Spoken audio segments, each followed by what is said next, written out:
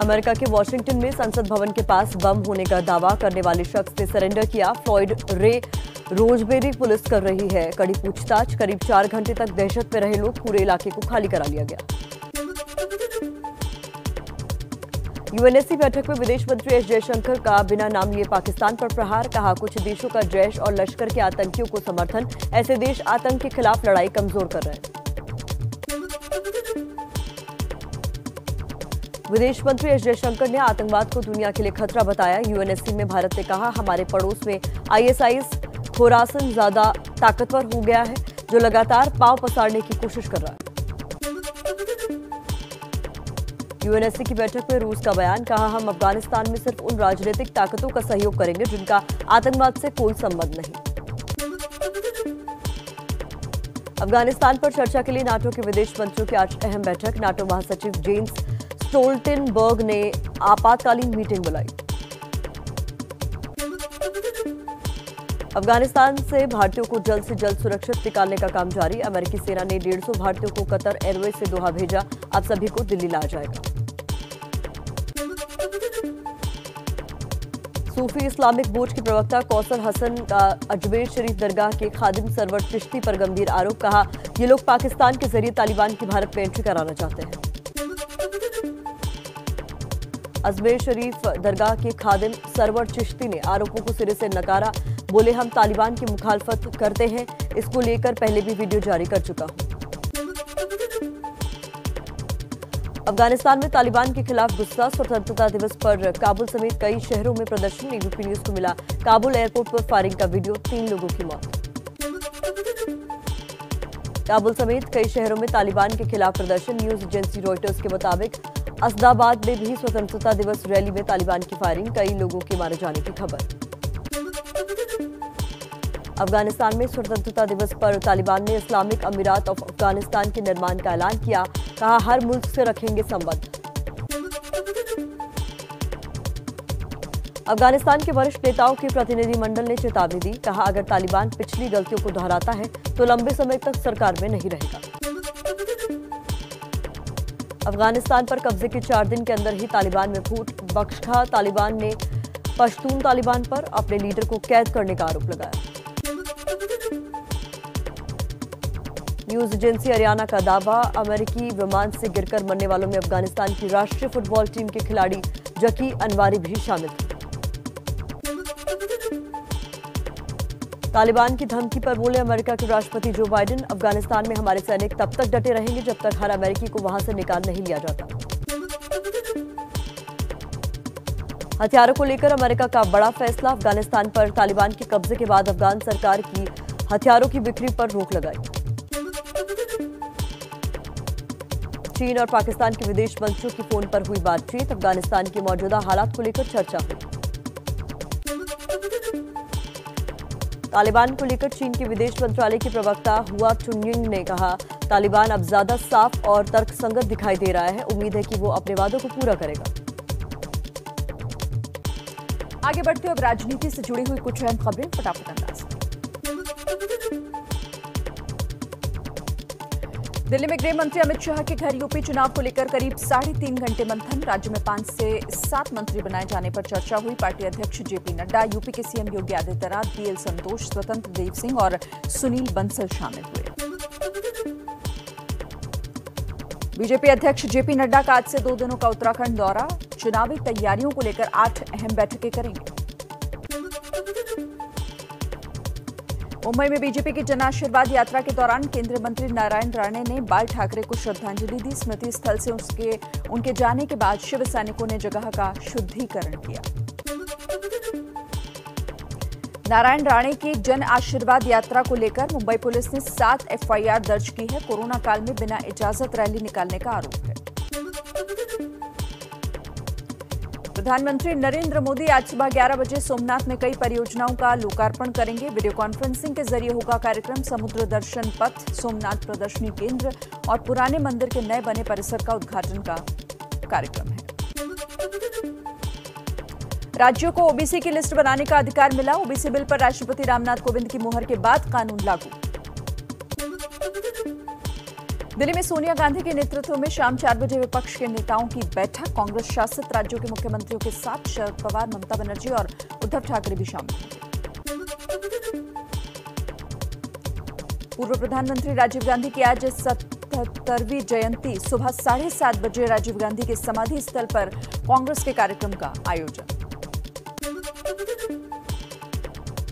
23 अगस्त को प्रधानमंत्री से मिलेगा बिहार के सभी दलों का प्रतिनिधि मंडल। सीएम नीतीश कुमार करेंगे अगुवाई। जातीय जनगणना कराए जाने की मांग करेंगे। बिहार में तेज प्रताप की नाराजगी पर तेजस्वी का बड़ा बयान। कहा, जब सब कुछ हम हैं तो दिक्कत क्या। तेज प्रताप बोले, कुछ लोग कृष्ण और अर्जुन की जोड़ी को तोड़ना चाहते हैं। तेज प्रताप यादव को चुभा जगदानंद सिंह का बयान। कहा, जाकर मेरे पिताजी से पूछे कौन है तेज प्रताप। जगदानंद ने कहा था, who is Tej Pratap. RJD नेता जगदानंद सिंह का तेज प्रताप पर निशाना। बोले, तेज प्रताप सिर्फ सम्मानित विधायक हैं। जनता ने तेजस्वी यादव को मुख्यमंत्री लायक माना है। राजनीति से ही जुड़ी कुछ और अहम खबरों का भी रुख कर लेते हैं। यूपी के सीएम योगी आदित्यनाथ ने विधानसभा में किया बड़ा ऐलान। माफियाओं की जब्त की गई जमीनों पर गरीबों और दलितों के लिए बनेंगे मकान। कलकत्ता हाईकोर्ट से ममता सरकार को बड़ा झटका। चुनाव बाद हुई हिंसा की जांच सीबीआई को सौंपी। हत्या और रेप मामलों की जांच सीबीआई करेगी। बंगाल में चुनाव बाद हिंसा की जांच सीबीआई से कराने के फैसले को सुप्रीम कोर्ट में चुनौती दे सकती है ममता सरकार। बीजेपी बोली, ये मानवता की जीत है। बीजेडी के सांसद भृतहरि महताब के खिलाफ भोपाल में दहेज उत्पीड़न का मुकदमा दर्ज। एफआईआर में बेटे और पत्नी का भी नाम। बहुसाक्षी ने प्रताड़ित करने और घर से निकालने का आरोप लगाया। ओडिशा के कटक से सांसद है महताब। पंजाब के पूर्व डीजीपी सुमेध सिंह सैनी की गिरफ्तारी गैर कानूनी। हाईकोर्ट ने तुरंत छोड़ने का आदेश दिया। कहा, कोर्ट के आदेश की विजिलेंस ब्यूरो ने अवहेलना की। यूपी धर्मांतरण केस में मुख्य आरोपी उमर गौतम समेत 6 आरोपियों के खिलाफ चार्जशीट दाखिल। यूपी एटीएस ने आरोप पत्र दाखिल किया। दिल्ली की कड़कड़झूमा कोर्ट में कांग्रेस की पूर्व पार्षद इशरत जहां की जमानत पर सुनवाई। दंगों की साजिश के आरोप में इशरत को गिरफ्तार किया गया। पहलवान सागर धनखड़ हत्याकांड में दिल्ली की रोहिणी कोर्ट में आज सुनवाई। सुशील पहलवान समेत सभी आरोपी वीडियो कॉन्फ्रेंसिंग के जरिए पेश होंगे। पॉर्न केस के फंदे में फंसे राज कुंद्रा की जमानत याचिका पर आज सेशंस कोर्ट की सुनवाई। पॉर्न फिल्में बनाने के आरोप में मुंबई पुलिस ने उन्हें गिरफ्तार किया। जम्मू कश्मीर के राजौरी में मुठभेड़ के दौरान एक आतंकी ढेर। राष्ट्रीय राइफल्स के जेसीयू शहीद। थाना मंडी इलाके में मुठभेड़ हुई। जम्मू कश्मीर के श्रीनगर में सीआरपीएफ कैंप पर आतंकी हमला। आतंकियों ने ग्रेनेड फेंका। 2 जवान घायल। सुरक्षा बलों ने इलाके की घेराबंदी की। सर्च ऑपरेशन जारी। जम्मू कश्मीर के कुलगाम में अपनी पार्टी के नेता गुलाम हसन लोन की गोली मारकर हत्या। लोन 4 महीने पहले ही पीडीपी से इस्तीफा देकर अपनी पार्टी में शामिल हुए। नेशनल कॉन्फ्रेंस के नेता उमर अब्दुल्ला ने हत्या की निंदा की। पीडीपी अध्यक्ष महबूबा मुफ्ती ने कहा, दुर्भाग्य से कश्मीर में राजनीतिक हत्याओं का सिलसिला थमने का नाम ही नहीं ले रहा। और चलिए आगे बढ़ते हुए कुछ क्राइम से जुड़ी खबरें देख लेते हैं। स्टॉक ब्रोकिंग फर्म कार्वी के चेयरमैन सी पार्थ सारथी को हैदराबाद पुलिस ने गिरफ्तार किया। बैंक धोखाधड़ी मामले में यह गिरफ्तारी हुई है। एनसीबी ने मुंबई एयरपोर्ट से सोने की तस्करी को लेकर 3 महिलाओं को गिरफ्तार किया है। स्कैनिंग के दौरान महिलाओं के पेट से 50 लाख से ज्यादा का सोना मिला है। एमपी में रतलाम जिले का बारिश से जावरा शहर जलमग्न हो गया है। इलाके में पानी भरा हुआ है। बदहाल है लोगों की जिंदगी। घर और दुकानों में भी पानी घुसा हुआ है। एमपी के राजगढ़ में पार्वती नदी के टूटे पुल से वाहन पलटकर नदी में गिरा। एक ही परिवार के 5 लोग बहे। पुलिस ने रेस्क्यू कर नदी से निकाला। यूपी के लखीमपुर खीरी में शारदा नदी का कटान लगातार जारी। अब तक घुसियाना गांव के दर्जनों घर नदी में समाये। एक घर के कटकर नदी में गिरने का वीडियो वायरल। मुंबई में कोरोना वैक्सीन की कमी से टीकाकरण बंद। सरकारी और महानगर पालिका के टीका केंद्रों पर आज नहीं लगेगी वैक्सीन की डोज। देश में कोरोना रोकथाम के लिए वैक्सीनेशन अभियान तेज। बच्चों के लिए सितंबर तक कोरोना वैक्सीन आने की उम्मीद। कंपनी के मुताबिक 66.5% कारगर है वैक्सीन। हिमाचल प्रदेश के सीएम जयराम ठाकुर का दावा, 31 अगस्त तक राज्य में 100% लोगों को कोरोना वैक्सीन की पहली डोज लग जाएगी। तालिबान के खिलाफ एक बच्चे ने बगावत का बिगुल फूंक दिया है।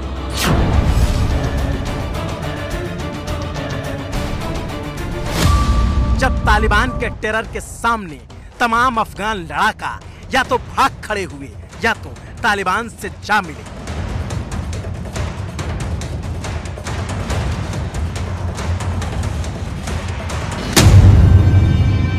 तब की स्थिति में एक बच्चा है जो कहता है तालिबान की नस्लों को मिटा दूंगा।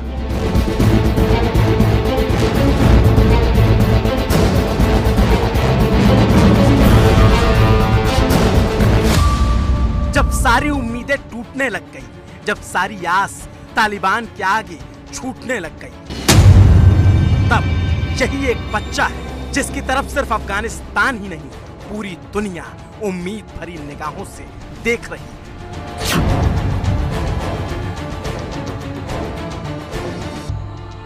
आखिर इस बच्चे में क्या है? आखिर कौन है ये बच्चा जिससे पूरी दुनिया को उम्मीद है? आखिर क्यों इस बच्चे की तरफ पूरी दुनिया देख रही है?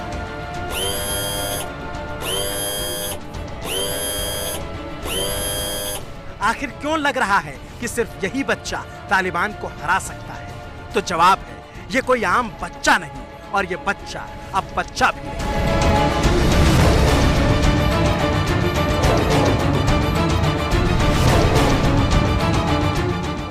बच्चा बड़ा हो गया है, तालिबान के खिलाफ उठकर खड़ा हो गया है, क्योंकि वो कोई और नहीं, खूनी अफगान इतिहास के सबसे धाकड़ लड़ाका रहे पंजशीर के शेर अहमद शाह मसूद का बेटा अहमद मसूद है।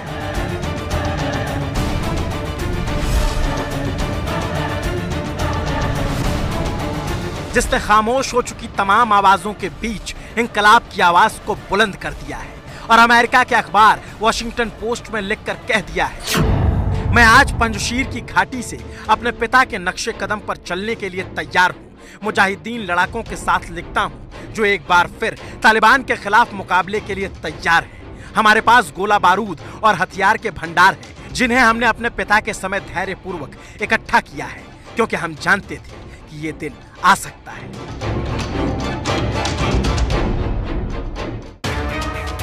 तो फिर वो बच्चा जो पिता की उंगली पकड़कर चलना सीखा था, जिसने हथियारों और जंग के साये में पलना सीखा था, जिसने पिता से तालिबान के खिलाफ लड़ना सीखा था, वो अब तालिबान के खिलाफ निर्णायक लड़ाई के लिए तैयार है।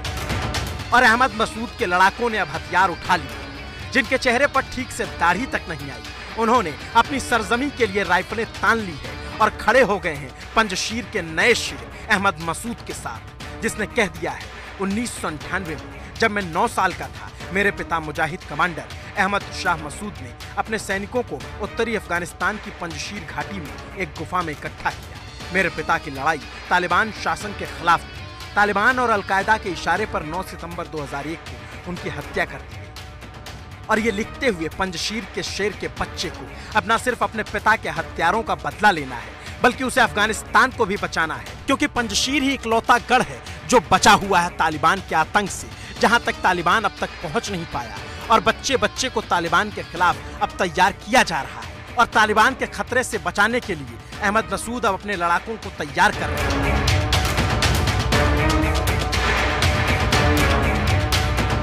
उनके साथ मौजूद हैं कार्यवाहक राष्ट्रपति अमरुल्लाह सालेह, उनके साथ मौजूद हैं मंत्री बिस्मिल्लाह मोहम्मदी।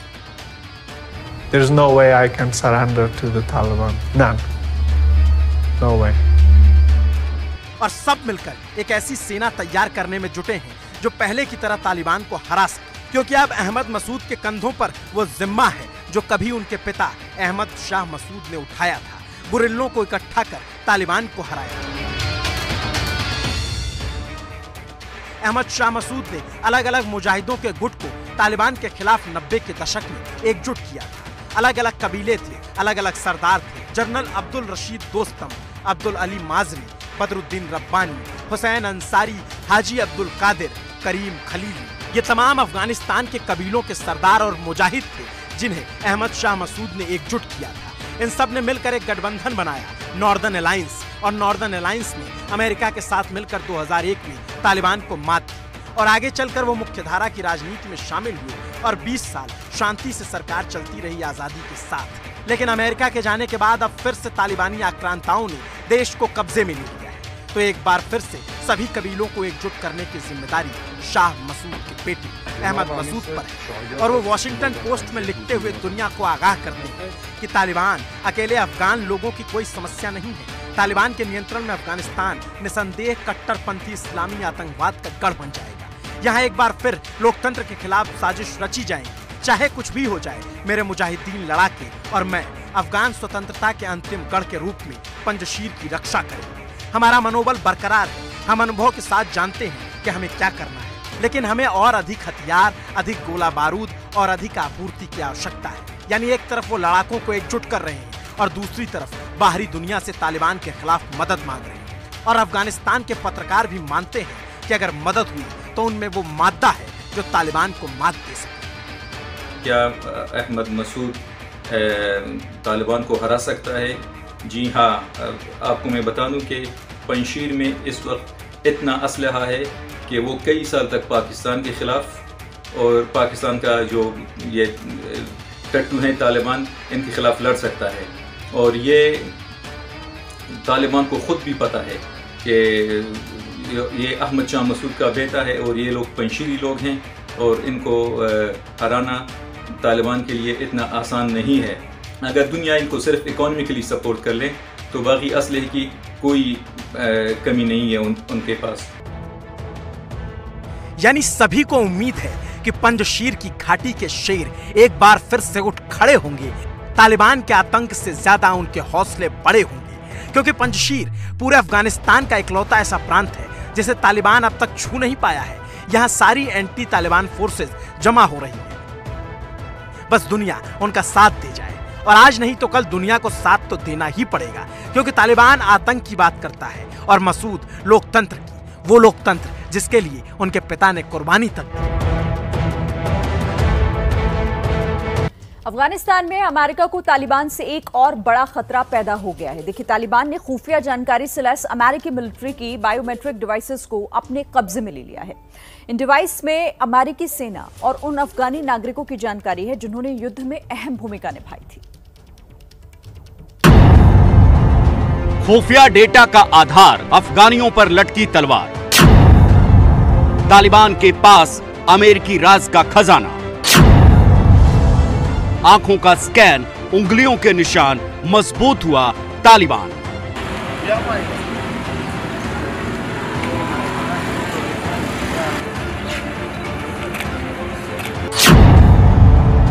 तालिबानियों के हाथ लगी अमेरिका की कुंडली। अफगानिस्तान में तबाही मचाता तालिबान, इंसानी जिंदगी पर खतरा बनता तालिबान, गोलीबारी करता तालिबान।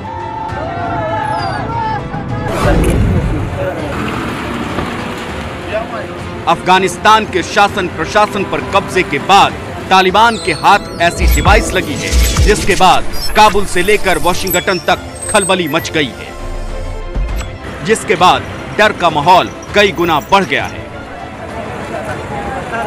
तालिबान ने खुफिया जानकारी से लैस अमेरिकी मिलिट्री की बायोमेट्रिक डिवाइसेस को अपने कब्जे में ले लिया है। इन डिवाइस में अमेरिकी सेना और उन अफगानी नागरिकों की जानकारी है जिन्होंने युद्ध में अहम भूमिका अदा की थी। अब डर है कि कहीं क्रूर तालिबानी उन आम अफगानियों को निशाना न बना दे जिन्होंने 20 साल तक अफगानिस्तान में रहे अमेरिकियों की मदद की। यही बात अमेरिका की भी चिंता बढ़ा रही है। बायोमेट्रिक्स के डिटेल्स तालिबान के हाथ में लग जाना ये बहुत नुकसानदेह है। ये उन लोगों के लिए बहुत नुकसानदेह है जिनके वो बायोमेट्रिक डेटा है, क्योंकि बायोमेट्रिक डेटा से आप उसकी पूरी प्रोफाइल कर लेंगे, कहां का रहने वाला है, कौन है, अकाउंट नंबर क्या है, किस किस के साथ इसका ट्रांजैक्शन हुआ है। तालिबान के हाथ कौन कौन सी डिवाइस लगी है ये जानना भी आपके लिए जरूरी है, क्योंकि इससे साफ लगता है कि तालिबान के हाथ बहुत बड़ा राज लग गया है जो बहुत बड़ा खतरा बन सकता है। इन डिवाइस में अमेरिकी सैनिकों और अफगानी लोगों की आंखों का स्कैन, फिंगरप्रिंट और बायोलॉजिकल जानकारी है। इस डेटा का इस्तेमाल बड़े डेटाबेस के रूप में होता है। हालांकि अभी यह स्पष्ट नहीं है कि डेटा खतरे में है। डिवाइस का नाम hand held intra agency identity detection equipment यानी हाइड है। अफगानिस्तान में अमेरिका ऐसे बायोमेट्रिक्स का इस्तेमाल आतंकियों पर नजर रखने के लिए करता था। अमेरिकी दूतावासों और गठबंधन सरकार के लिए काम करने वाले अफगान नागरिकों को भी इस डेटाबेस में शामिल किया गया था। अमेरिका ने 2011 में ओसामा बिन लादेन के ठिकानों पर छापेमारी की थी। इस छापेमारी के दौरान ओसामा बिन लादेन की पहचान करने के लिए बायोमेट्रिक्स का इस्तेमाल किया गया था। ओसामा बिन लादेन की खबरें भी और उसकी लोकेशन भी इन्हीं बायोमेट्रिक्स डिटेल्स के थ्रू ही निकली थी और उसकी जो शिनाख्त हुई थी वो बायोमेट्रिक डिटेल्स के चलते ही हुई थी। आपको बता दें, तालिबान के पास वैसे संसाधन और तकनीक मौजूद नहीं है कि वो इन डिवाइसेस की हर जानकारी निकाल सके, लेकिन डर है कि कहीं तालिबान का रहनुमा बना पाकिस्तान और उसका खुफिया संगठन ISI इसमें उसकी मदद न करे।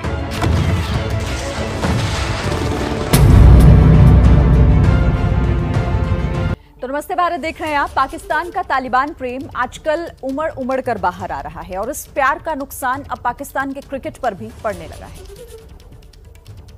जब ज़हनी गुलाम बनते हैं तो ये याद रखें, असल गुलामी से ज्यादा बुरी ज़हनी गुलामी है। ज़हनी गुलामी की जंजीरें तोड़ना ज्यादा मुश्किल होता है। जो अभी अफगानिस्तान में गुलामी की जंजीरें तो तोड़ दी उन्होंने। अफगानिस्तान में तालिबान के कब्जे के बाद ये पाकिस्तान के वजीर आजम इमरान खान की खुशी का इजहार है। पाकिस्तान के प्रधानमंत्री होने के साथ साथ इनकी शोहरत पूर्व क्रिकेटर की भी है।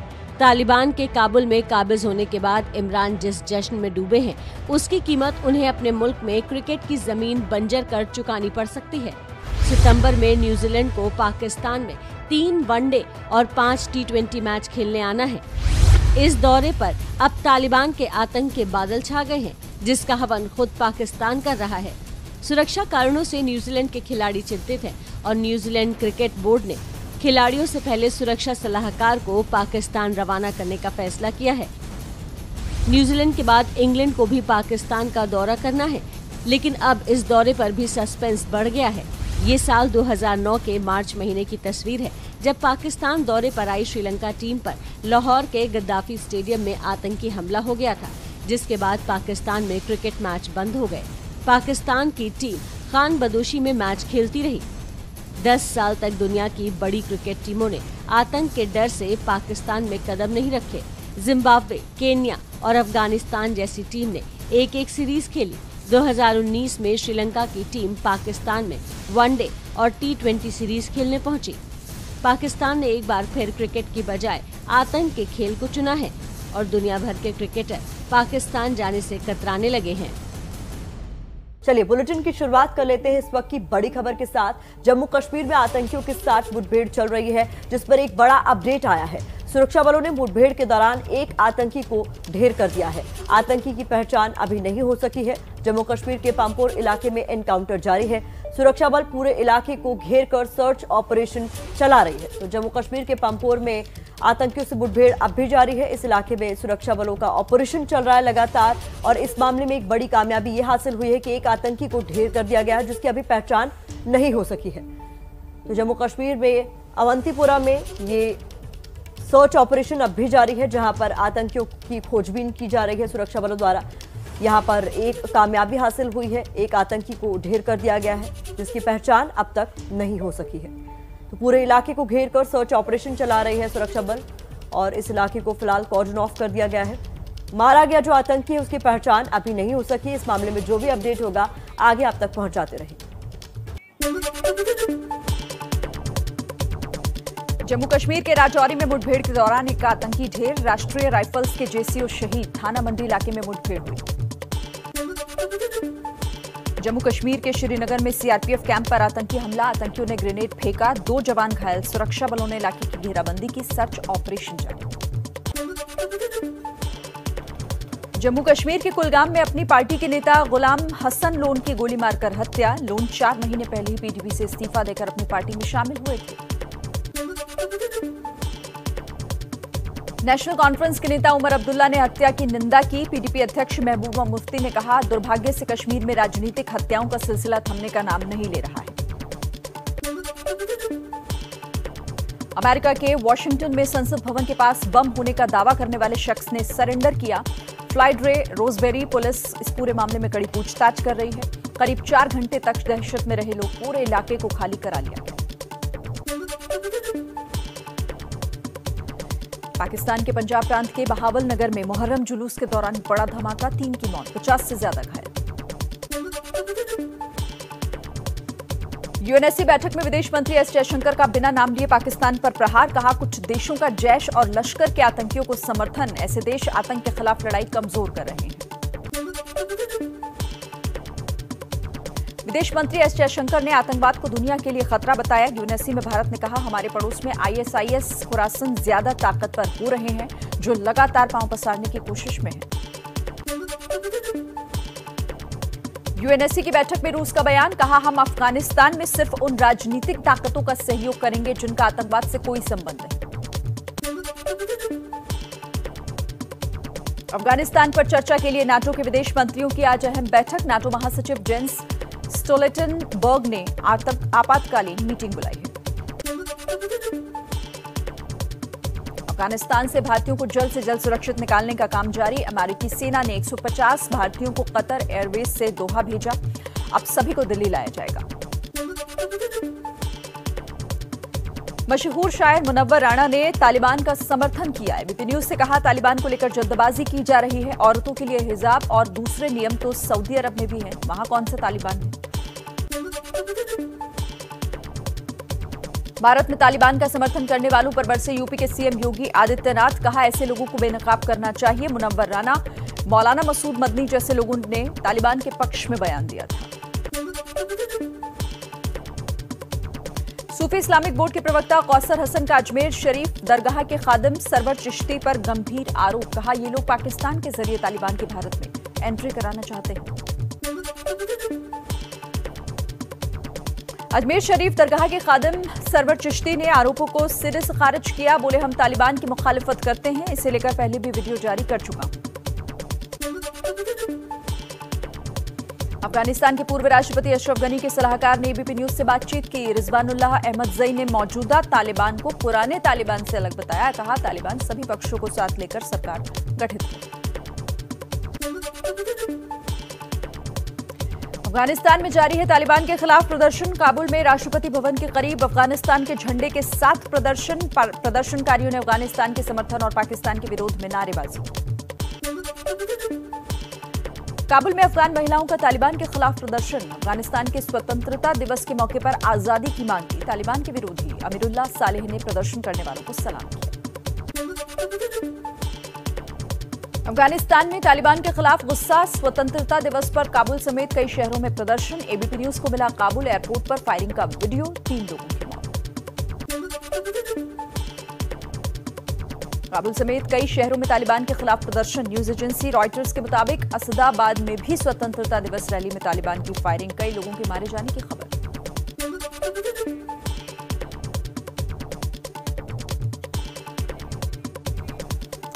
तो क्या बदल गया है तालिबान? हेरात में लड़कियां स्कूल जाती दिखी। तालिबान ने कहा, जब तक हिजाब पहनती हैं तब तक पढ़ाई कर सकती हैं। अफगान संकट पर कुछ और खबरें देख लेते हैं।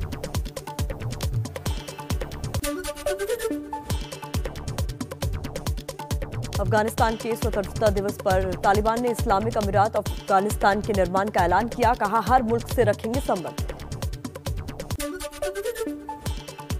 अफगानिस्तान के वरिष्ठ नेताओं के प्रतिनिधिमंडल ने चेतावनी दी। कहा, अगर तालिबान पिछली गलतियों को दोहराता है तो लंबे समय तक सरकार में नहीं रहेगा। अफगानिस्तान पर कब्जे के 4 दिन के अंदर ही तालिबान में फूट। बख्श खां तालिबान ने पश्तून तालिबान पर अपने लीडर को कैद करने का आरोप लगाया। काबुल पर तालिबान के कब्जे के बाद अफगानों का देश छोड़ने का सिलसिला जारी। सैकड़ों लोगों के साथ मशहूर अभिनेता फरहाद खान ने भी छोड़ा अफगानिस्तान। कराची में एक शरणार्थी कैंप में शरण ली। न्यूज एजेंसी अरियाना का दावा, अमेरिकी विमान से गिरकर मरने वालों में अफगानिस्तान की राष्ट्रीय फुटबॉल टीम के खिलाड़ी जकी अनवर भी शामिल। तालिबान की धमकी पर बोले अमेरिका के राष्ट्रपति जो बाइडेन, अफगानिस्तान में हमारे सैनिक तब तक डटे रहेंगे जब तक हर अमेरिकी को वहां से निकाल नहीं लिया जाता। हथियारों को लेकर अमेरिका का बड़ा फैसला, अफगानिस्तान पर तालिबान के कब्जे के बाद अफगान सरकार को हथियारों की बिक्री पर रोक लगाई।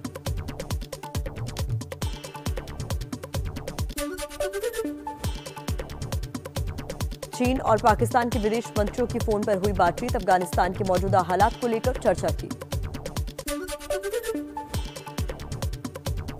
तालिबान को लेकर चीन के विदेश मंत्रालय की प्रवक्ता हुआ चुनयुंग ने कहा, तालिबान अब ज्यादा साफ और तर्कसंगत दिखाई दे रहा है, उम्मीद है कि वो अपने वादों को पूरा करेगा। अमेरिका के बाद तालिबान को IMF का भी झटका, अंतर्राष्ट्रीय मुद्रा कोष ने तालिबान को अपने संसाधनों के इस्तेमाल पर रोक लगाई। दिल्ली में गृह मंत्री अमित शाह के घर यूपी चुनाव को लेकर करीब 3.5 घंटे मंथन, राज्य में 5 से 7 नए मंत्री बनाए जा सकते हैं। पार्टी अध्यक्ष JP नड्डा, यूपी के CM योगी आदित्यनाथ, PL संतोष, स्वतंत्र देव सिंह और सुनील बंसल इसमें शामिल हुए। बीजेपी अध्यक्ष JP नड्डा का आज से 2 दिनों का उत्तराखंड दौरा, चुनावी तैयारियों को लेकर 8 अहम बैठकें करेंगे। मुंबई में बीजेपी की जन आशीर्वाद यात्रा के दौरान केंद्रीय मंत्री नारायण राणे ने बाल ठाकरे को श्रद्धांजलि दी। स्मृति स्थल से उनके जाने के बाद शिव सैनिकों ने जगह का शुद्धिकरण किया। नारायण राणे की जन आशीर्वाद यात्रा को लेकर मुंबई पुलिस ने 7 FIR दर्ज की, कोरोना काल में बिना इजाजत रैली निकालने का आरोप। पीएम मोदी आज सुबह 11 बजे सोमनाथ में कई परियोजनाओं का लोकार्पण करेंगे। वीडियो कॉन्फ्रेंसिंग के जरिए होगा कार्यक्रम। समुद्र दर्शन पथ, सोमनाथ प्रदर्शनी केंद्र और पुराने मंदिर के नए बने परिसर का उद्घाटन करेंगे। राज्य को ओबीसी की लिस्ट बनाने का अधिकार मिला, ओबीसी बिल पर राष्ट्रपति रामनाथ कोविंद की मुहर के बाद कानून लागू। दिल्ली में सोनिया गांधी के नेतृत्व में शाम 4 बजे विपक्ष के नेताओं की बैठक, कांग्रेस शासित राज्यों के मुख्यमंत्रियों के साथ शरद पवार, ममता बनर्जी और उद्धव ठाकरे भी शामिल होंगे। पूर्व प्रधानमंत्री राजीव गांधी की आज 77वीं जयंती, सुबह 7:30 बजे राजीव गांधी के समाधि स्थल पर कांग्रेस के कार्यक्रम का आयोजन। 23 अगस्त को पीएम मोदी से मिलेगा बिहार के सभी दलों का प्रतिनिधिमंडल, सीएम नीतीश कुमार करेंगे अगुवाई, जातीय जनगणना कराए जाने की मांग करेंगे। बिहार में तेज प्रताप की नाराजगी पर तेजस्वी का बड़ा बयान, कहा जब सब कुछ हम हैं तो दिक्कत क्या। तेज प्रताप बोले कुछ लोग कृष्ण और अर्जुन की जोड़ी को तोड़ना चाहते हैं। तेज प्रताप यादव को चुभा जगदानंद सिंह का बयान, कहा जाकर मेरे पिताजी से पूछो कौन है तेज प्रताप। जगदानंद ने कहा था who is Tej Pratap. RJD नेता जगदानंद सिंह का तेज प्रताप पर निशाना, बोले तेज प्रताप सिर्फ सम्मानित विधायक हैं, जनता ने तेजस्वी यादव को मुख्यमंत्री लायक माना है। एमपी के झाबुआ में फ्री राशन योजना के तहत मिल रहा है सड़ा हुआ अनाज, गांव की महिलाओं ने सड़ा गेहूं लेने से इनकार किया। राशन की दुकान वालों का दावा, आ रहा है बेकार गेहूं। कलकत्ता हाईकोर्ट से ममता सरकार को बड़ा झटका, चुनाव बाद हुई हिंसा की जांच सीबीआई को सौंपी, हत्या और रेप मामलों की जांच सीबीआई करेगी। बंगाल में चुनाव बाद हिंसा की जांच सीबीआई से कराने के फैसले को सुप्रीम कोर्ट में चुनौती दे सकती है ममता सरकार, बीजेपी बोली ये मानवता की जीत। बीजेडी के सांसद भर्तृहरि मेहताब के खिलाफ भोपाल में दहेज उत्पीड़न का मुकदमा दर्ज, एफआईआर में बेटे और पत्नी का भी नाम, बहुसाक्षी ने प्रताड़ित करने और घर से निकालने का आरोप लगाया। ओडिशा के कटक से सांसद है मेहताब।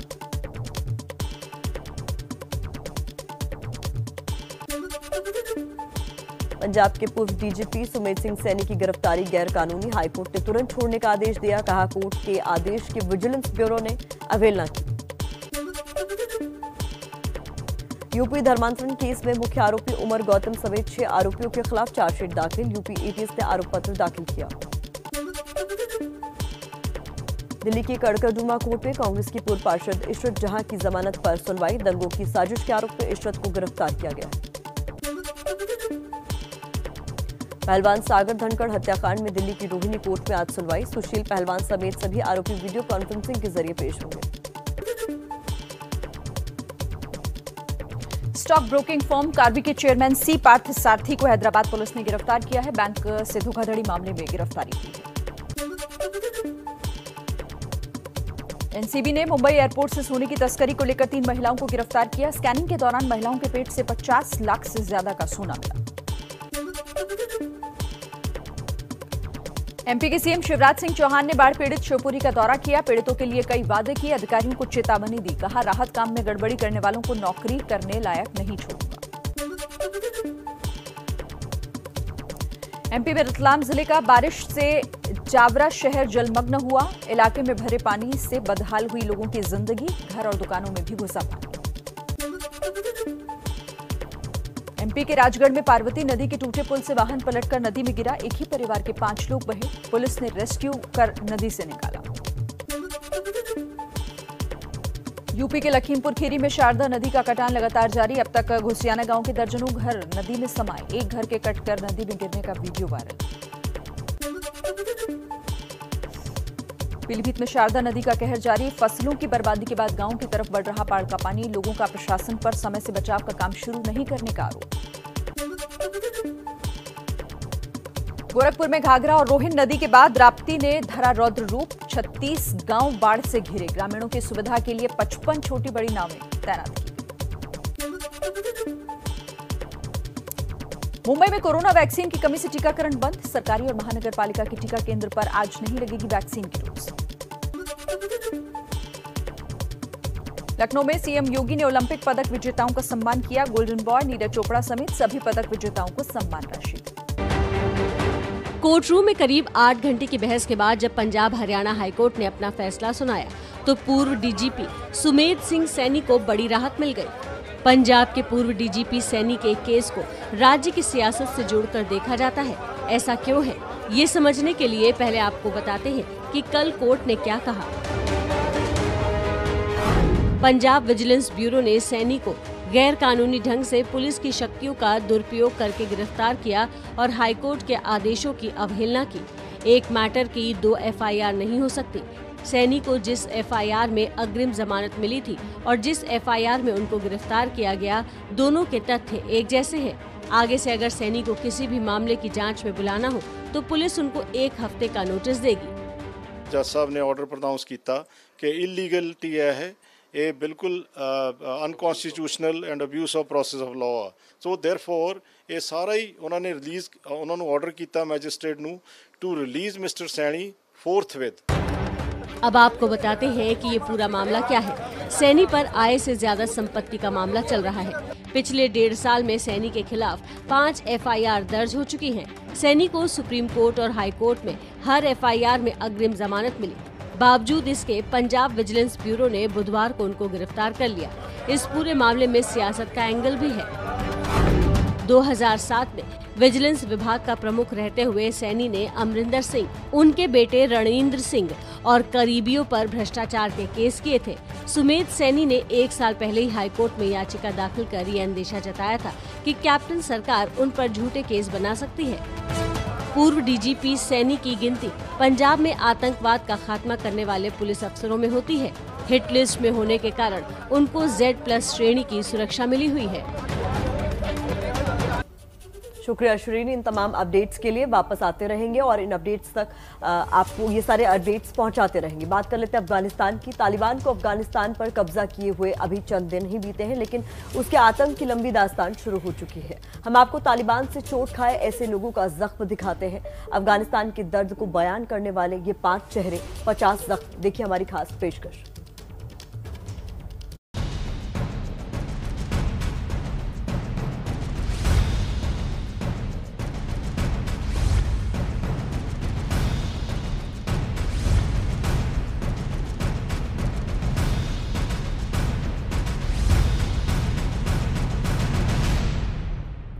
नीलोफर की परवास पर आतंक का प्रहार।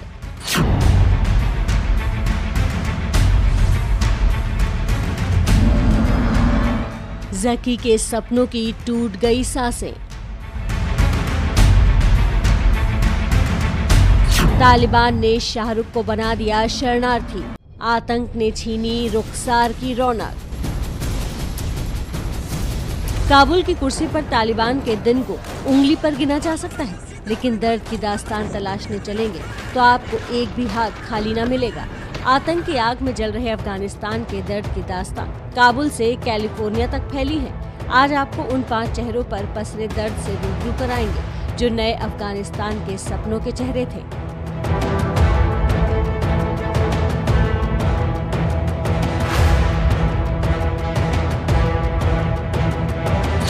अफगानिस्तान से बाहर जाने वाली इस फ्लाइट में भेड़ बकरियों की तरह फर्श पर बैठा ये चेहरा अफगानिस्तानी पॉप म्यूजिक के अर्श का सबसे चमकदार सितारा है। ये अफगानिस्तान की सबसे मशहूर पॉप सिंगर अरियाना सईद है।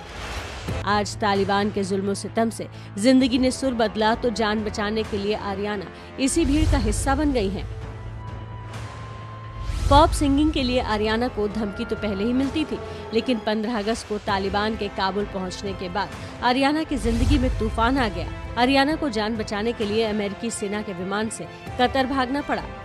अब अरियाना इस्तांबुल में सुरक्षित है, लेकिन पता नहीं कि अफगानिस्तान की धरती पर दोबारा कब आ पाएंगी। अरियाना ने खुद ये तस्वीरें सोशल मीडिया पर पोस्ट की हैं। एक फ्लाइट की वजह से अरियाना की जान बची, तो वहीं एक जान हवाई जहाज की वजह से ही आफत में पड़ गई। दर्द का दूसरा चेहरा नीलोफर रहमानी। ये अफगानिस्तान में महिलाओं के आसमान में उड़ान का सबसे बड़ा चेहरा है। नाम है नीलोफर रहमानी। नीलोफर के बारे में कुछ बताने से पहले ये तस्वीर देखिए। ये नीलोफर के सपने हैं, ये नीलोफर का जुनून है, ये नीलोफर की जिंदगी की कुल जमा पूंजी है। अफगानिस्तान में करीब 30 साल बाद 2013 में नीलोफर पहली महिला पायलट बनी। अफगानिस्तान एयरफोर्स की फाइटर नीलोफर की इस उड़ान से आतंकियों के सीने पर सांप लौट गया। नीलोफर के परिवार को धमकियां मिलने लगी। उनके भाई की तालिबानियों ने हत्या कर दी, तो मजबूरी में उन्हें जान बचाने के लिए अमेरिका भागना पड़ा। I was a symbol of freedom of women in Afghanistan. As a woman that I raised my voice and tried to go against what they believe. And unfortunately, it ended up risking my life and my family's life. And I have been threatened so many times by them. My brother got shot by them. Afghanistan की बेहतरी की दुआ करने वाली नीलोफर तालिबान की वापसी से गमजदा है। असीमित आसमान में करियर बनाने वाली नीलोफर हो या 90 गुना 45 के सीमित मैदान से नाम रोशन करने वाली जकी, सबको तालिबान ने जख्म दिया है। दर्द का तीसरा चेहरा जकी अनवर। तालिबान के आतंक से बचने के लिए लोग विमानों के पहियों और विंग पर लटकते और उड़ते विमान से गिरते लोगों की दिल दहलाने वाली तस्वीर सामने आई है। इस हादसे में अफगानिस्तान ने अपने फ्यूचर के एक हीरो, एक स्टार जकी अनवरी को खो दिया। दर्द का चौथा चेहरा फरहाद खान। शाहरुख की झलक वाले फरहाद खान की जिंदगी का सबसे बड़ा इनाम यही है कि लोग इन्हें अफगानी शाहरुख कहते हैं। शाहरुख के सबसे जबरा फैन फरहाद खान अफगानिस्तान के सबसे मशहूर चेहरों में से एक है। टैंक और सोशल मीडिया पर वीडियो के जरिए मशहूर हुए फरहाद की जिंदगी में तालिबान विलेन की तरह है। फरहाद भी तालिबान के जुल्म से बचने के लिए जान बचाकर कराची चले आए और यहाँ रिफ्यूजी कैंप में रहते हैं। दर्द का पांचवा चेहरा भी एक रिफ्यूजी का है, जिसे तालिबान की वजह से देश से बेदखल होना पड़ा। दर्द का पांचवा चेहरा रुखसार। हमने सर सब कुछ गम देख के इंडिया आ गई। हम थक गए इस जुल्म से, बिल्कुल मैं तो थक गई हूँ। ये रुखसार है। तालिबानी आतंकियों ने इनकी जिंदगी से ही रौनक छीन ली। मतलब हम तो 9 साल पहले आ गई थी इस तालिबान की वजह से। जो हम जहाँ रहती थी कुंदज में, वहाँ भी इस तालिबान कर्जा के टाइम भी ये लोग हुकूमत करती थी वहाँ पे। रुखसार का ताल्लुक कुंदूज प्रांत से है। जब वो 13-14 साल की उम्र में स्कूल जाती थी तो तालिबानी उनके पीछे पड़ गए। वहाँ पे स्कूल पे आके रास्ते में देखती थी कौन सा लड़की खूबसूरत है, उसके पीछे रिश्ता लेकर जाती थी। अगर नहीं दिया उसके घर को बर्बाद करती, माँ बाप को बेइज्जत करती थी और तरह से जुल्म कर रहे थे वो लोग। तालिबानियों ने रुखसार का भी पीछा किया और माँ बाप पर दबाव बनाकर रुखसार को जबरन शादी करके ले गए। उसके बाद जो कुछ हुआ सुनकर पत्थर भी पसीज जाए, लेकिन तालिबानी नहीं पिघले। 7 क्लास में था, मेरा उम्र था 14 साल, मेरा शादी हो गया था। इस तरह से लोगों के साथ मेरे को जबरदस्ती ने शादी करने दिया था। फिर मेरा फैमिली कुछ नहीं कर सके, मेरे को दे दिया उन लोगों से। फिर आराम की वजह से मैं अपनी जान को संभाल के उन लोगों के साथ में 4 महीने जिंदगी करके फिर भाग के इंडिया आ गई मैं। तालिबानियों के बीच 4 महीने रहने के बाद रुखसार भागकर हिंदुस्तान आई। तालिबान ने अफगानिस्तान के साथ यही किया है। अपनी कट्टरता से उन तमाम ख्वाबों, हसरतों, आरजुओं को पैरों तले कुचलकर एक पूरे के पूरे मुल्क को जिंदा से मुर्दा बना दिया है।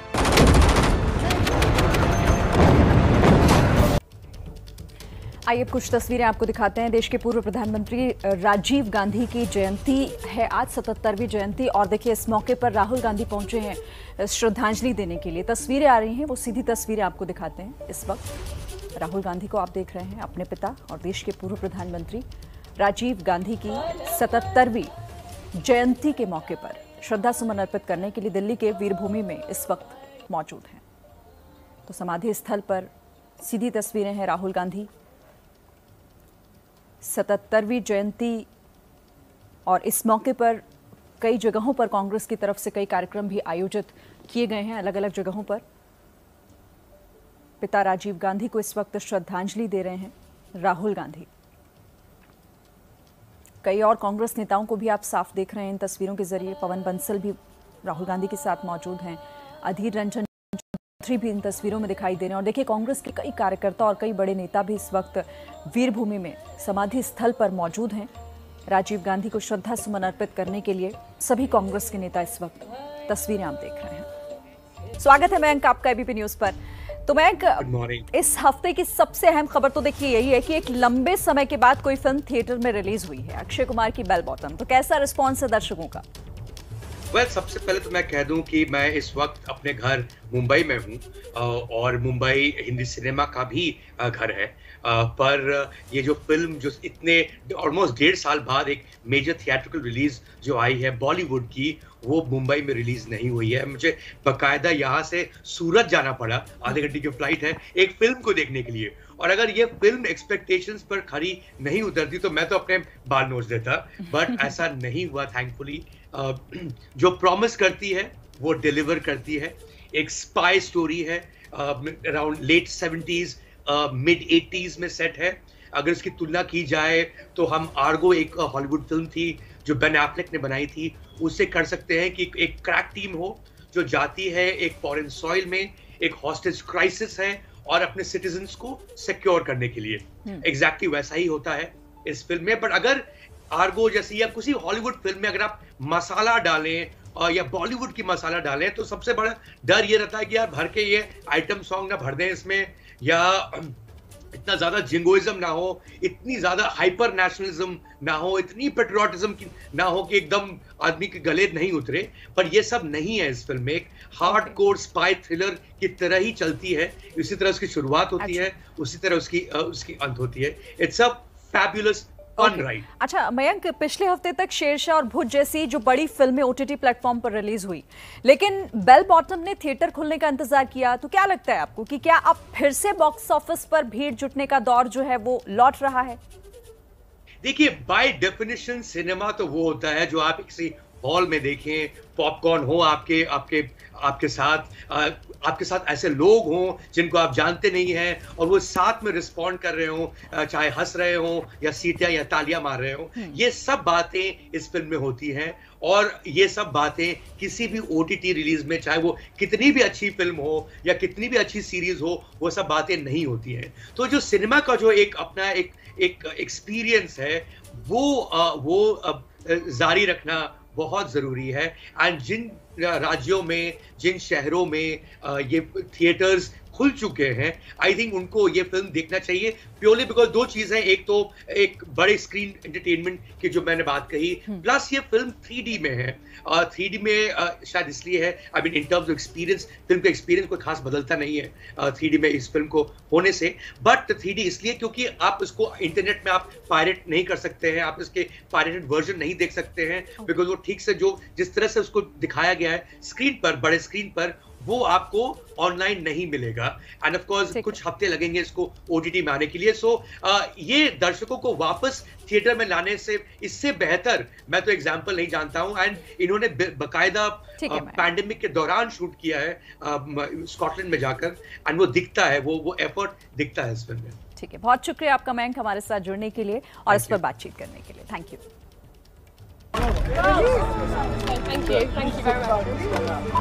डरा सहमा से सकता, संगीनों के साए में खौफ से दुबका ये अफगानिस्तान का भविष्य है। इन 3 मासूमों का ये चेहरा तालिबान राज में अफगानिस्तान के खौफ के कब्रिस्तान में तब्दील होने की गवाही है।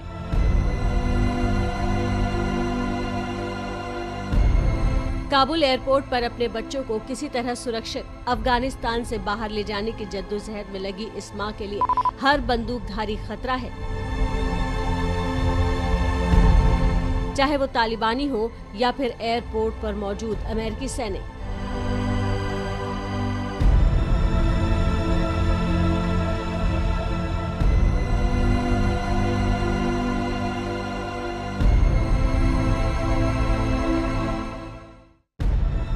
ये 2 तस्वीरें भी उस दर्द को बयां नहीं कर पाएंगी जिसने हर अफगान मां के सीने में एक खौफ का खंजर पेबस कर दिया है। तालिबान भले ही दावा कर रहा है कि वो बदल गया है, लेकिन 2001 तक उसकी दहशत का शिकार बने हर माँ बाप जानते हैं कि तालिबान न सिर्फ उनकी गोद उजाड़ेगा बल्कि उन्हें भी 2 गज जमीन नसीब नहीं होने देगा।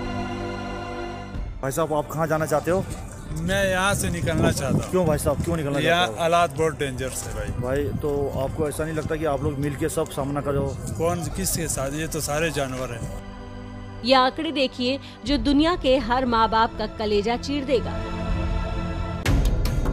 2016 से 2020 के हुए हवाई हमले में 1598 बच्चे या तो मारे गए या घायल हो गए। वहीं मई 2021 में काबुल के बालिका विद्यालय में किए गए बम धमाके में 50 लोगों की मौत हो गई, जिनमें ज्यादातर 11 से 15 साल की लड़कियां शामिल थीं। Me and just my. So you and your daughter, you'll go anywhere? Any country? Any country. अपने बच्चों को बचाने की जद्दोजहद में हर अफगान लगा हुआ है। तालिबानी गोलियों के शोर में ये पिता अपनी बच्ची के कानों को इस उम्मीद से ढक रहा है कि गोलियों की आवाज उसके बचपन को छलनी न कर दे। उम्मीदों के इस बुझते दिए में इंसानियत की लौ भी दिख रही है, जहां इंसानों के चेहरे में फरिश्ते नजर आ रहे हैं। लेकिन ये तस्वीरें अफगानिस्तान में इक्का दुक्का ही दिख रही हैं, क्योंकि हर अफगानी माँ बाप की किस्मत में शायद अपने नूर को यूं चूमना नहीं लिखा है। एक तरफ मानो पूरा अफगानिस्तान अपने बच्चों को बचाने और देश से बाहर भेजने के लिए एयरपोर्ट पर मौजूद है, उसी समय एक और तस्वीर आती है जो असलियत से ज्यादा प्रोपेगेंडा लगती है। हेरात प्रांत में अब स्कूल खुलने का दावा इन तस्वीरों से किया जा रहा है, जहां तालिबान के शरीयत के हिसाब से बच्चियां सिर से पांव तक काले बुर्के में ढकी हैं। यहाँ क्या पढ़ाया जा रहा है उसकी जानकारी नहीं है, यहाँ कौन पढ़ रहा है उसकी जानकारी नहीं दी गई है। बात कर लेते हैं पाकिस्तान की, जो अफगानिस्तान में तालिबान राज की वापसी से फूले नहीं समा रहा। लेकिन गुरुवार को जिस तरह से विदेश मंत्री एस जयशंकर ने आतंकवाद का मुद्दा संयुक्त राष्ट्र सुरक्षा परिषद की बैठक में उठाया, उससे दुनिया के सामने पाकिस्तान के पाप का कच्चा चिट्ठा फिर से खुल गया। Unfortunately, there are also some countries who seek to undermine or subvert our collective resolve to fight terrorism. In our own immediate neighborhood, ISIL Khorasan has become more energetic. Taliban भले ही अफगानिस्तान में आतंकवाद का नया आका बनकर उभरा हो, लेकिन सबसे बड़ा सच ये है कि इस आतंकवाद का अब्बा पाकिस्तान है। और इसी पाकिस्तान की पोल शुक्रवार को संयुक्त राष्ट्र सुरक्षा परिषद में विदेश मंत्री एस जयशंकर ने पूरी दुनिया के सामने उस वक्त खोल दी जब वो कूद कर तालिबान के अफगान फतह का जश्न मना रहा है। The international community holds a collective view that terrorism in all its forms and manifestations must be condemned. Unfortunately, there are also some countries who seek to undermine or subvert our collective resolve to fight terrorism. That cannot be allowed to pass. Jaishankar ने दुनिया को बता और जता दिया कि पाकिस्तान की आतंक नीति पर चोट सामूहिक नहीं हुई तो ये इंसानियत के सर्वनाश की वजह बन सकता है, खासतौर पर इसलिए क्योंकि दुनिया के जिन बड़े आतंकी संगठनों को पाकिस्तान शह देता आया है, उन्हें अफगानिस्तान से संजीवनी मिलेगी। Whether it is in Afghanistan or against India, groups like Lashkar-e-Toiba and Jaish-e-Mohammed continue to operate with both impunity and encouragement. It is therefore vital that this council does not take a selective, tactical, or even a complacent view of the problems we face. विश्व बिरादरी के सामने जयशंकर की ये खरी पाकिस्तान के पेट में दर्द दे गई। भारत में बतौर पाकिस्तानी राजदूत लंबा वक्त गुजार चुके अब्दुल बासित जब एबीपी न्यूज पर आए तो उल्टा भारत पर ही तोहमत लगाने लगे। पाकिस्तान की पॉलिसी क्या है तालिबान को लेकर? इमरान खान साहब तालिबान के समर्थन में हैं, तालिबान से डरते हैं या कुछ डिसाइड नहीं कर पाए हैं? नहीं, मेरे ख्याल में उनके बयान को आउट ऑफ कॉन्टेक्स्ट लिया गया। वो जो कहना चाह रहे थे कि अफगानिस्तान में जो फॉरेन ऑक्यूपेशन थी उसके खिलाफ कामयाबी अफगान्स को मिल गई। फ्रैंकली स्पीकिंग, आप माइंड मत कीजिएगा, लेकिन मेरा अपना हमेशा से असेसमेंट रहा है कि भारत ने अफगानिस्तान को पाकिस्तान के खिलाफ इस्तेमाल किया है। मुझे इस लिहाज से तो बड़ा इत्मीनान है कि भारत को वो अब स्पेस शायद न मिले। बासित के ये आरोप बेबुनियाद है। ये बात शीशे की तरह साफ है, क्योंकि हिंदुस्तान ने अफगानिस्तान के विकास के लिए दिल और दौलत का दरवाजा हमेशा खोले रखा। पिछले एक दशक में भारत ने अफगानिस्तान में अलग अलग प्रोजेक्ट्स पर लगभग 22,306 करोड़ रुपए खर्च किए। अफगानिस्तान के हेरात में सलमा डैम भारत ने बनाया, जिसे भारत अफगानिस्तान फ्रेंडशिप डैम के नाम से जाना जाता है। अफगानिस्तान में लोकतंत्र फले फूले, इसलिए काबुल में नई संसद भी भारत ने ही बनवा कर दी थी। लेकिन तालिबान को लोकतंत्र नहीं, गणतंत्र पसंद है, और यही खून खराबा पाकिस्तान की विदेश नीति को भी रास आता है, खासतौर पर भारत के खिलाफ। इसीलिए बासित बार बार तालिबान की पैरवी कर रहे हैं।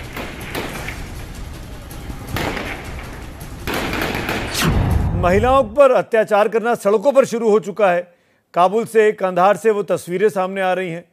कैसे भरोसा करेंगे आप इस तालिबान पर जो रिग्रेसिव है? अगर देखिए, अगर तालिबान अपने अमल और कौल में फर्क रखते हैं, जो बातें वो कह रहे हैं उन पे अगर अमल नहीं करते, तो मैं पहला शख्स हूँगा जो उनको तनकीद का निशाना बनाऊंगा। मतलब हमारे लिए कोई तालिबान कोई ऊपर से फरिश्ते तो नहीं आए हुए। कहने का सिर्फ मकसद ये है कि गिव देम सम टाइम। अभी तो देखिए, आज उन्होंने अपनी हुकूमत अभी बनाएंगे, पूरा स्ट्रक्चर एक बनाएंगे, उसके बाद देखते हैं, उनको थोड़ा वक्त तो दीजिए ना। 1996 से लेकर 2001 तक दुनिया तालिबान के क्रूर शासन की शक्ल देख चुकी है, इसलिए उन पर भरोसा सबसे बड़ी भूल होगी। और भरोसे की वजह इसलिए भी नहीं है क्योंकि तालिबानी सोच से ही जन्मे ISIS ने इराक, सीरिया और लीबिया जैसे देशों में कत्लो गारत किया, और ये खतरा अब भी जिंदा है। इस बात से भी जयशंकर ने दुनिया को आगाह कर दिया। In our own immediate neighborhood, ISIL Khorasan has become more energetic and is constantly seeking to expand its footprint. This should be taken seriously. ISIL, Daesh, continues to pose a critical threat to international peace and security. ISIL Daesh remains active in Syria and Iraq, and its affiliates are growing in strength, particularly, as we heard from the briefers, in Africa. The financial resource mobilization of ISIL Daesh has become more robust. The flow of funds has continued, and rewards for killing, I believe, are now being paid even in Bitcoin. ये वही ISIS है जो कई देशों को ले डूबा। Syria और लीबिया जैसे देशों को इसने खंडहर में बदल दिया। इराक पर भी इसकी गहरी मार पड़ी है, और इससे साबित होता है कि आतंकवाद जब जब फन फैलाता है उसका शिकार इंसानियत होती है। और दुनिया अब भी साथ नहीं आई तो आतंकवाद का ये संक्रमण सबको खा जाएगा। ये बात भी भारत ने ठोक बजाकर सुरक्षा परिषद में कह दी। What is true of COVID is even more true of terrorism. None of us are safe until all of us are safe. Jaishankar की ये बात दुनिया जितनी जल्दी समझ जाए उतना सही, क्योंकि आतंक की आग अफगानिस्तान के बाहर अगर भड़की तो उसकी लपटों में हर देश झुलसेगा, आज नहीं तो कल।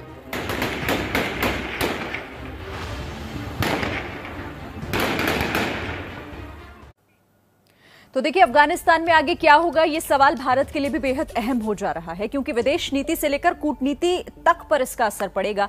और इसी मुद्दे पर बात करने के लिए हमारे साथ जुड़ रहे हैं विदेश मामलों के जानकार कमर आगा सर, और साथ ही एबीपी न्यूज संवाददाता आशीष कुमार सिंह भी हमारे साथ है। लेकिन पहला सवाल हम कमर आगा सर मैं आपसे करना चाहूंगी, तालिबान के अफगानिस्तान में आने के बाद अब भारत के लिए चुनौती कितनी बढ़ती हुई आप देख रहे हैं? ये चुनौती तो बहुत ज्यादा बढ़ गई, पहले ही से थी। इतनी आए दिन वहाँ कश्मीर में रेड्स हो रहे थे, बॉर्डर का वायलेशन हो रहा था, सीज फायर लड़ाइयाँ चल रही थी, बाकायदा सैकड़ों लोग मरे हैं, कितने 100 आतंकवादी मारे गए हैं जम्मू कश्मीर। अब उनको और बड़ी मदद मिलेगी। अभी तक पाकिस्तान अकेला था, अब अफगानिस्तान से भी उनको सपोर्ट मिलेगी। और दूसरी बात ये कि जिस तरह का पाकिस्तान की नीति को आतंकवाद को लेके कोई बदलाव तो आया नहीं है। और दूसरी बात ये कि तालिबान का रूल थोड़ी ना हुआ है वहाँ पे, बेसिकली देखा जाए तो इनडायरेक्टली पाकिस्तान का रूल होगा। तालिबान क्या इकोनॉमिक पॉलिसी वो है उनकी कोई, या कोई उनकी डेवलपमेंट प्लान है? उनकी सोच ही नहीं है कि इकोनॉमिक एंड डेवलपमेंट प्लान, ये सब पाकिस्तान कौन सेना बनाएगा अफगानिस्तान की नई? पाकिस्तान बनाएगा, पाकिस्तान के सोल्जर्स वहाँ पे आएंगे। तो बेसिकली ये ऑक्यूपेशन है जिसको पाकिस्तान ने तालिबान की मदद से किया है, और ये प्रॉक्सी फोर्स है, हम सब जानते हैं। न केवल हमारे लिए बल्कि पूरे सेंट्रल एशिया रिपब्लिक, जैसा कि विदेश मंत्री ने अभी बताया, सभी देशों के लिए वहाँ पे। और एक दो किस्म के आतंकवादी नहीं है वहाँ पे, ISIL भी है वहाँ पे, अलकायदा भी है, फिर उसके अलावा और पता नहीं कितने 10,000 से ज़्यादा तो पहले ही पहुँच गए थे आतंकवादी सेंट्रल एशियन रिपब्लिक के, और फिर जैश मोहम्मद, अलकायदा और ये तमाम जितने कश्मीर के जो आतंकवादी हैं ये सब वहाँ पे मौजूद हैं, जो तालिबान के साथ वहाँ पे काम कर रहे हैं। लोग बता रहे हैं तालिबान के बीच में जो बहुत से तालिबान है जो लोकल लैंग्वेज, पश्तू लैंग्वेज नहीं बोलते, तो अपनी अपनी भाषाओं में बात करते हैं, वो समझ नहीं पाते, वो सड़क पे खड़े हैं, बंदूक लिए खड़े हैं। बिल्कुल सर, खतरा छोटा नहीं बहुत बड़ा, इसलिए लगातार इस पूरे मामले पर भारत सरकार ने भी नजर बनाई हुई है। आशीष कुमार सिंह हमारे सहयोगी हमारे साथ बने हुए, उनका भी रुक लेते हैं। आशीष, साउथ ब्लॉक में अफगानिस्तान के मुद्दे पर अब क्या हलचल है?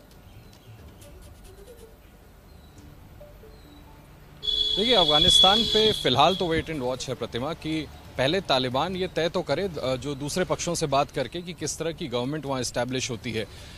कंसर्न है इंडिया का, तभी आपने देखा कि एक्सटर्नल अफेयर्स मिनिस्टर ने एक तरह से सीधा वार किया है पाकिस्तान पर। भारत के पास इस बात की पुष्ट जानकारी है प्रतिमा कि इस वक्त भी अफगानिस्तान में चप्पे चप्पे पर और ख़ास करके राजधानी काबुल में लश्कर-ए-तैयबा, जैश-ए-मोहम्मद जैसे टेररिस्ट आउटफिट्स जिनको इंडिया के खिलाफ, इंडिया स्पेसिफिक टेररिस्ट ग्रुप्स जो पाकिस्तान प्रोपेगेट करता है, वो वहाँ पर बाकायदा काम कर रहे हैं। और मुझे लगता है इसी वजह से ये ज़रूरी समझा गया कि UNSC में जबकि प्रेसिडेंटशिप भारत के पास है, चेयरपर्सनशिप भारत के पास है, इस महत्वपूर्ण काउंसिल की मीटिंग को एड्रेस करते हुए पाकिस्तान को एक तरह से कटघरे में खड़ा करने की कोशिश की गई है भारत की तरफ से। और अब जैसा मैंने आपसे कहा कि भारत ये देख रहा है कि आखिर दोनों पक्षों के बीच जो बातचीत चल रही है, तालिबान कोशिश कर रहा है, ऐसा कम से कम दिखा रहा है कि एक ब्रॉड बेस्ड गवर्नमेंट बने।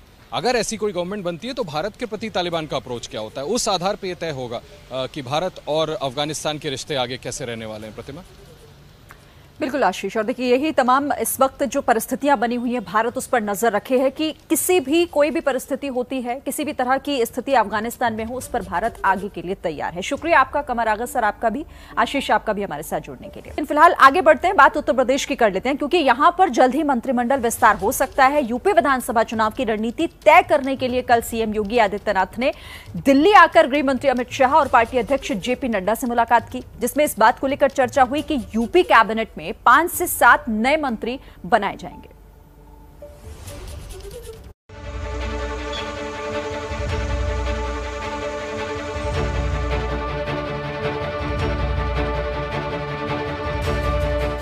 गृह मंत्री अमित शाह के आवास पर तकरीबन 3.5 घंटे तक चली बैठक में पार्टी अध्यक्ष जेपी नड्डा, मुख्यमंत्री योगी आदित्यनाथ, प्रदेश अध्यक्ष स्वतंत्र देव सिंह और संगठन मंत्री सुनील बंसल शामिल थे। बैठक में क्षेत्रीय, सामाजिक और जातीय संतुलन को ध्यान में रखते हुए 5-7 मंत्री बनाए जाने की चर्चा की गई। सूत्रों के मुताबिक मुख्यमंत्री के साथ अगले 3 दिनों में इस मुद्दे पर विस्तार से फिर चर्चा होगी। आखिरी मुहर के लिए केंद्र की सहमति दोबारा ली जाएगी और तब मंत्रिमंडल विस्तार की तारीख तय की जाएगी। यूपी में अगले साल होने वाले चुनाव को ध्यान में रखते हुए बीजेपी आला कमान ने हर मोर्चे पर अपनी रणनीति को धार देने की तैयारी शुरू कर दी है। सीएम योगी के दिल्ली दौरे में आने वाले कुछ महीनों के लिए कई योजनाओं का खाका खींच लिया गया है। अगले 2 से 3 दिनों में फिर से बीजेपी संगठन की लखनऊ में बैठक होगी, जिसमें अगले 3 महीने के कार्यक्रम तय किए जाएंगे। इसमें तय किया जाएगा कि प्रधानमंत्री नरेंद्र मोदी का कम से कम 2 कार्यक्रम हर महीने प्रदेश में हो। गृह मंत्री अमित शाह के भी प्रदेश में दौरे और कार्यक्रम की रूपरेखा इन बैठकों में तैयार की जाएगी। 23 अगस्त को पार्टी के राष्ट्रीय अध्यक्ष जेपी नड्डा उत्तर प्रदेश में बीजेपी कार्यकर्ताओं को संबोधित करने वाले हैं। पार्टी अपनी चुनावी रणनीतियों को धार देने के लिए जमीन पर जूझने वाले हर कार्यकर्ता तक पहुंचने की कोशिश में जुट गई है। और इस पर बात करने के लिए हमारे साथ फोन लाइन पर जुड़ रहे इस वक्त विकास भदौरिया, सीधी उन्हीं का रुख कर लेते हैं। विकास, देखिए दिल्ली आए हैं योगी, अपने आप में बड़ी बात हो जाती है, लेकिन इस मंथन में हुआ क्या है और कुछ क्या जानकारी हमारे पास? देखिए, मंत्रिमंडल विस्तार पर सबसे ज्यादा चर्चा हुई है, बड़ी चर्चा यही है कि चुनाव में जाने से पहले एक बार फिर से पार्टी चाहती है कि तमाम जो माफ कीजिएगा, तमाम जो सामाजिक, जातीय और क्षेत्रीय प्रतिनिधित्व है वो मंत्रिमंडल में दिया जाए। और इसी वजह से जब 3.5 घंटे लंबी बैठक चली तो उसमें इस पर भी चर्चा हुई। साथ ही साथ जो कहानी हमने दिखाई उसमें स्पष्ट रूप से ये साफ हो गया है कि पूरी जो तैयारी है वो चुनाव की रणनीति को लेकर थी। उसमें मंत्रिमंडल का विस्तार भी शामिल है, उसमें संगठन के तमाम जो सम्मेलन, रैलियां और बड़े नेताओं के कार्यक्रम भी शामिल है। इसमें प्रधानमंत्री नरेंद्र मोदी कम से कम हर महीने दो कार्यक्रम उत्तर प्रदेश में करेंगे। और मैं आपको बता दूं कि ये कार्यक्रम अब वर्चुअली होने के बजाय सीधे होंगे, फिजिकल प्रेजेंस में होंगे। और यही कोशिश होगी कि कम से कम गृह मंत्री के भी 2 से 3 कार्यक्रम हर महीने प्रदेश में लगें। तो अगले 3 महीने की रणनीति अगले 2-3 दिन में फाइनलाइज कर दी जाएगी। कल देर रात तक चली बैठक में कच्चा खाका खींच लिया गया उत्तर प्रदेश में चुनावी तैयारियों और मंत्रिमंडल विस्तार। जी, बहुत शुक्रिया विकास तमाम जानकारी के लिए। आगे भी आपका रुख करते रहेंगे। तो यूपी में अगले साल विधानसभा चुनाव होने हैं, इससे पहले एक बड़ा फेरबदल के तौर पर इसे देखा जा रहा है। विपक्षी दलों को एकजुट करने के मकसद से आज कांग्रेस अध्यक्ष सोनिया गांधी ने सहयोगी दलों के नेताओं की बैठक बुलाई है, जिसमें शरद पवार, ममता बनर्जी, उद्धव ठाकरे, एमके स्टालिन, हेमंत सोरेन जैसे तमाम बड़े नेता शामिल होंगे। केंद्र की मोदी सरकार के खिलाफ साझा रणनीति बनाने को लेकर कांग्रेस अध्यक्ष सोनिया गांधी की वर्चुअल बैठक शाम 4 बजे शुरू होगी, जिसमें सभी नेता वीडियो कॉन्फ्रेंसिंग के जरिए जुड़ेंगे। सोनिया के अलावा राहुल गांधी भी इस बैठक में मौजूद रह सकते हैं। सूत्रों के मुताबिक करीब 15 छोटी बड़ी पार्टियों के नेता इस बैठक में शामिल होंगे। कांग्रेस के अलावा TMC, NCP, Shiv Sena, DMK, Samajwadi party, Jharkhand Mukti Morcha, राष्ट्रीय Janata Dal, national conference, CPM, CPI, Janata Dal secular इस बैठक में मौजूद रहेंगे। हमेशा की तरह बीएसपी, आम आदमी पार्टी जैसी पार्टियां इस बैठक से दूर रहेंगी। हफ्ते भर पहले खत्म हुए संसद के मॉनसून सत्र के दौरान भी सरकार को घेरेबंदी में विपक्षी दल एकजुट नजर आए थे। आज होने वाली बैठक में आगे की रणनीति को लेकर विपक्षी दलों से नेता चर्चा करेंगे। और प्रतिमा, अब वक्त हो गया आज के कार्टून का, तो इसके लिए इरफान जी के पास चलते हैं, देखते हैं आज क्या खास बना रहे हैं।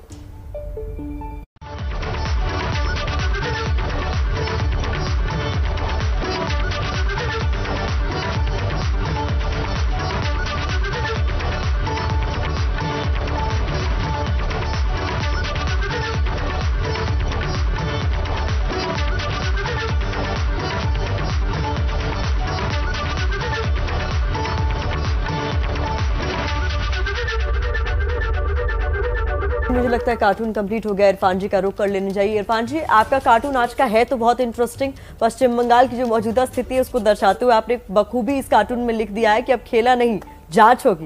बिल्कुल सही आपने देखा है।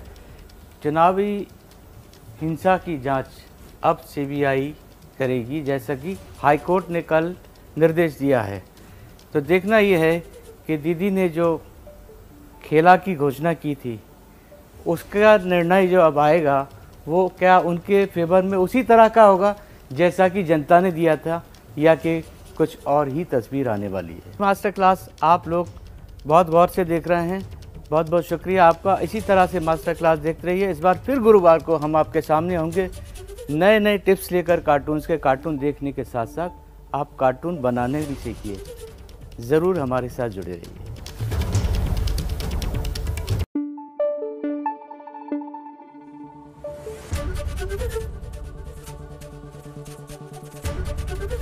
एबीपी न्यूज आपको रखे आगे।